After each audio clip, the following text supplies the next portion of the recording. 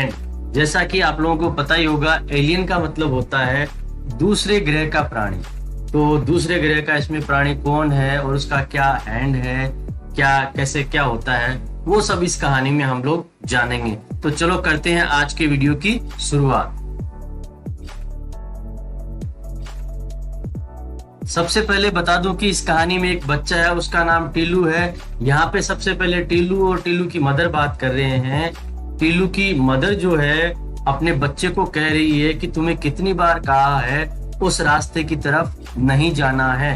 तो टीलू जो अपनी मदर से कह रहा है, परंतु डैडी तो रोज उस रास्ते से जाते हैं। तो टीलू की मदर ने कहा, बेटा ये उनका काम है, परंतु तुम्हारा उस तरफ जाना बिल्कुल भी मना है। जैसा कि देख पा रहे हैं, एक अंडरग्राउंड रास्ता बना हुआ है। टीलू के पिताजी इसी रास्ते से रोज जाते हैं और वो अंदर आगे चले जाते हैं और आगे का जो रास्ता है उसके बारे में कोई भी नहीं जानता। उसके बारे में ना टीलू जानता है, ना उसकी मम्मी जानती है, और दुनिया के बहुत सारे लोग इस रास्ते के बारे में कुछ भी नहीं जानते। और वो बहुत सारे लोग हैं जो इस बारे में जानना चाहते हैं, परंतु टीलू के पिताजी ने इस रास्ते से उन्हें आने के लिए सख्त मना कर रखा है।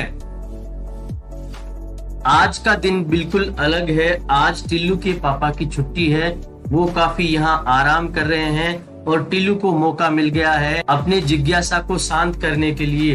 रोज वो इस रास्ते से जाना चाहता था। उसने सोचा आज मेरे पिताजी आराम कर रहे हैं, क्यों ना मैं इस रास्ते से उधर जाके देखता हूँ कि उस रास्ते की उस तरफ क्या है। टीलू ने बहुत ही सावधानी से अपने पिताजी के सुरक्षा कार्ड को प्राप्त कर लिया और अपनी मम्मी से नजर बचाते हुए उस रास्ते में वो पहुंच गया। एक दरवाजे ने उसका रास्ता रोका, परंतु उसे पता था इस दरवाजे से आगे कैसे जाना है। उसने अपने पिताजी का कार्ड निकाला, वहां उसने इसे लगाया और रास्ता अपने आप खुल गया। और उसके बाद में वो उस रास्ते से धीरे धीरे आगे चला गया। आगे एक अंधेरे से भरा हुआ गलियारा था, जहां आगे जाने पर बहुत अधिक रोशनी थी। उस रोशनी से वो धीरे धीरे आगे चला गया। टीलू ने सोचा कि मुझे कोई भी व्यक्ति देख नहीं पाएगा और मैं चुपचाप आगे चला जाऊंगा और मैं जो भी जानकारियां प्राप्त करना चाहता हूं वो मैं प्राप्त कर लूंगा। परंतु टीलू इस बारे में गलत अनुमान लगा रहा था, क्योंकि आगे जो व्यक्ति काम कर रहे थे उन्होंने टीलू को आते हुए देख लिया था और उन्हें पता लग गया है कि कोई बच्चा है जो हमारे रास्ते से बिना हमारी अनुमति के आ रहा है और ये बिल्कुल भी ठीक नहीं है। उन्होंने क्या किया, अपने सिक्योरिटी गार्ड को भेजा और सिक्योरिटी गार्ड को भेजने के बाद में सिक्योरिटी गार्ड ने टीलू को पकड़ लिया और टीलू को वापस उसके घर पे भेज दिया। टीलू को घर पे आने के बाद में उसकी मम्मी ने बहुत डांटा कि जब तुम्हें कहा गया है इस रास्ते पे नहीं जाना है तो तुम बिना इजाजत उस रास्ते पे क्यों गए। परंतु टीलू के पिताजी ने उनसे कहा कि आप इसे डांटो मत, मैं इसे प्रेम से समझाता हूँ कि उस रास्ते पे क्यों नहीं जाना है। और टीलू के पिताजी उसको समझाने लगे। टीलू के पिताजी ने कहा, बेटा वो जो जगह है वहाँ पे कोई भी साधारण व्यक्ति नहीं जा सकते। अगर कोई भी साधारण व्यक्ति वहाँ जाना चाहेगा तो वह जिंदा नहीं रह पाएगा। मुझे भी वहां जाने के लिए विशेष प्रकार के कपड़े पहनने पड़ते हैं और इसी कारण से मैं भी वहां आगे जाता हूं। और आगे जाना और वहां काम करना बहुत मुश्किल है, इसलिए तुम्हें वहां नहीं जाना चाहिए। और मुझे वहां काम करने की विशेष ट्रेनिंग मिली है, इसलिए मैं वहां काम कर पाता हूं और आसानी से आ जा सकता हूं। परंतु और अन्य कोई भी लोग वहां आसानी से आ जा नहीं सकते। एक समय था जब हमारे पूर्वज यहाँ रहते थे और बिना किसी परेशानी के आया और जाया करते थे। उस समय सूर्य भी हुआ करता था, परंतु धीरे धीरे सूर्य बहुत तीव्र होता गया और यहाँ की परिस्थितियां बदलती गई और धीरे धीरे क्या हुआ, इस पूरे माहौल में बहुत अधिक बदलाव आ गया। सबसे पहले यहाँ से पक्षी खत्म हो गए, उसके बाद में जानवर खत्म हो गए, उसके बाद में मछलियां भी नहीं बची और धीरे धीरे अधिक प्रजातियां खत्म होने लगी। परंतु मनुष्य जो है उसके पास बहुत अधिक अच्छी टेक्नोलॉजी है। इस कारण से मनुष्य ने इस तरह के घर बना लिए अंडरग्राउंड में, ताकि वो आसानी से रह सके और उन्हें किसी प्रकार की परेशानी ना हो। परंतु वहां जाने के लिए हमें बहुत सारी मशीनों का सहारा लेना पड़ता है। जिस प्रकार हमें हमारे घर में रहने के लिए बहुत सारी मशीनों का सहारा लेना पड़ता है, उसी प्रकार से वहां भी बिना मशीनों के हम काम नहीं कर सकते हैं। इसलिए वहां किसी भी ऐसे व्यक्ति को जाने की इजाजत नहीं है जिसे वहां काम करने की अनुमति ना हो। तो टिल्लू ने अपने पिताजी से वादा किया कि पिताजी, ये गलती मैं दोबारा नहीं करूंगा, पर क्या मैं जब बड़ा हो जाऊं तो आपके साथ जा सकता हूं? तो टिल्लू के पिताजी ने कहा, हाँ, जब तुम बड़े हो जाओ तो पूरी तरह से ट्रेनिंग लेने के बाद में वहां जा सकते हो, लेकिन अब तुम्हें अच्छे बच्चे की तरह वादा करना होगा कि बिना इजाजत तुम वहां कभी भी नहीं जाओगे। और टिल्लू ने अपने माता पिता को इस प्रकार का वादा कर दिया। अगले दिन जब टिल्लू के पिताजी वहां काम करने गए तो कंट्रोल रूम में बहुत ही उत्साह था। लोग टीवी स्क्रीन की तरफ देख रहे थे। टिल्लू के पिताजी समझ नहीं पाए कि यहाँ क्या हो रहा है। उन्होंने भी स्क्रीन की तरफ देखा और स्क्रीन पे एक डॉट जैसा दिखाई दे रहा था। तो उन्होंने पूछा, क्या ये कोई तारा है या कोई और चीज है जो हमारी तरफ आ रही है? तब वहां पे उनके जो मुखिया थे उन्होंने इसके बारे में बताया। उन्होंने बताया, ये कोई तारा नहीं है, ये एक स्पेस क्राफ्ट है जो हमारी तरफ बढ़ रहा है और हमें इसका बहुत ज्यादा ध्यान रखना पड़ेगा।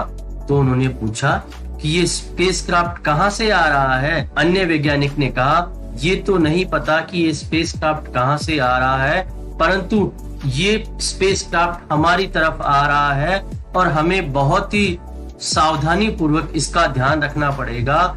और हम ये भी नहीं जानते कि इस स्पेस क्राफ्ट में कोई मनुष्य है या स्पेस क्राफ्ट बिना किसी मनुष्य के ही है। इस स्पेस क्राफ्ट में कोई भी अजनबी व्यक्ति हो सकता है जिसके बारे में हम कुछ भी नहीं जानते हैं।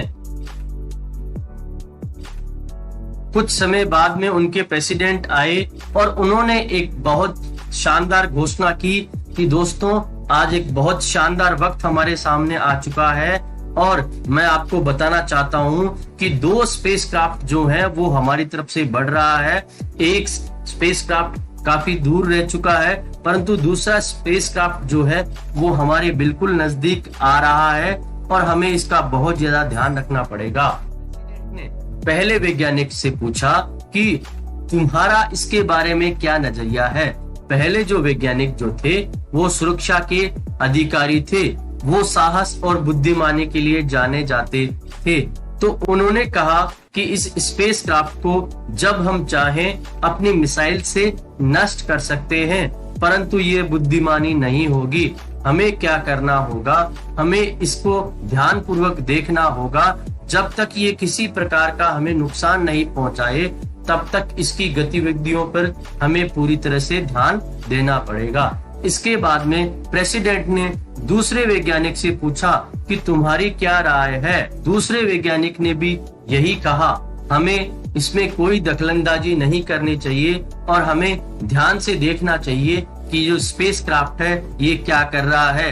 अगर किसी भी प्रकार की कोई गलत गतिविधि हुई तो हम किसी भी समय इसे मिसाइल से नष्ट कर सकते हैं। प्रेसिडेंट ने एक तीसरे वैज्ञानिक से पूछा जो एक सामाजिक वैज्ञानिक थे और वो हमेशा 2 नंबर का जो वैज्ञानिक है उनसे अलग राय रखते थे, परंतु आज का दिन बड़ा ही विचित्र था और उनकी भी राय यही थी कि इस स्पेस क्राफ्ट को हम लोग ध्यान पूर्वक देखेंगे और जब तक वहां की तरफ से कोई भी कार्रवाई ना हो हम भी बिल्कुल शांति रखेंगे और हमारी तरफ से भी कोई कार्रवाई नहीं होगी। और थोड़ी देर बाद में पता लगा कि स्पेस क्राफ्ट जो है वो धरती पे लैंड कर चुका है। आज का दिन टिल्लू के जीवन का बहुत बड़ा दिन था, क्योंकि आज टिल्लू के जो पिताजी हैं वो उसे अपने ऑफिस में लेके जा रहे थे क्योंकि टिल्लू हमेशा ये जिद करता था कि पिताजी मैं भी आपके साथ चलना चाहता हूँ और मैं भी वहां जाके देखना चाहता हूँ कि आपके वहां क्या होता है।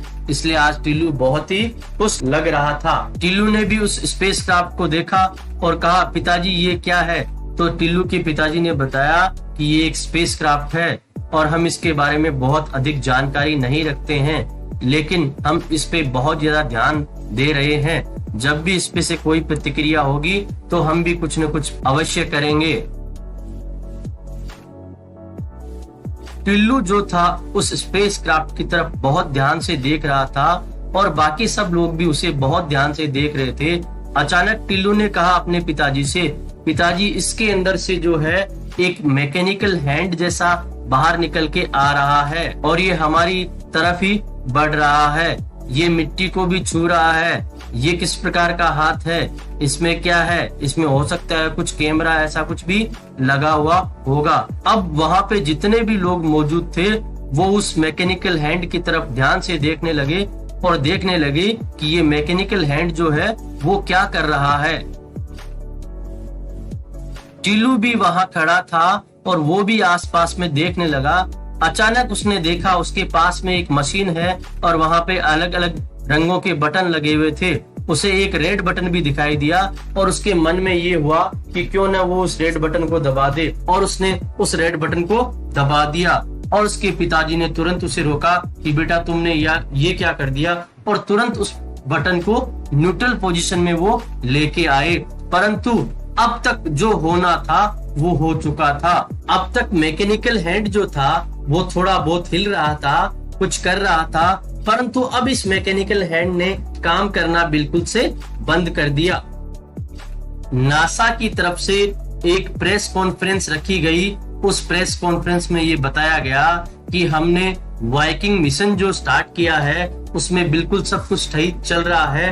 थोड़ी सी समस्या आई थी, हमारा जो मैकेनिकल हैंड जो मार्स के ऊपर से मिट्टी का सैंपल ले रहा था उसमें थोड़ी गड़बड़ आ गई थी, लेकिन अब जो है टेक्नीशियंस ने इसको सही कर दिया है और सब कुछ सही हो चुका है और जल्द ही सैंपल ले लिए जाएंगे।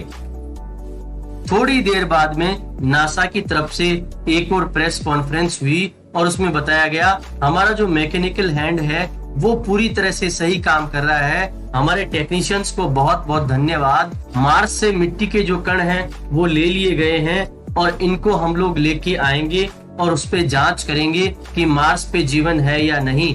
अभी तक बहुत सारे ऐसे मिशन थे जो ये जानना चाह रहे थे कि मार्स पे जीवन है या नहीं, क्योंकि जीवन जो है केवल पृथ्वी पे बताया गया है और वैज्ञानिक काफी समय से यहाँ वहाँ खोज कर रहे थे कि किसी और ग्रह पर भी जीवन हो सकता है या नहीं, लेकिन अंततः निष्कर्ष ये निकला कि मार्स पे जीवन के कोई संकेत नहीं है।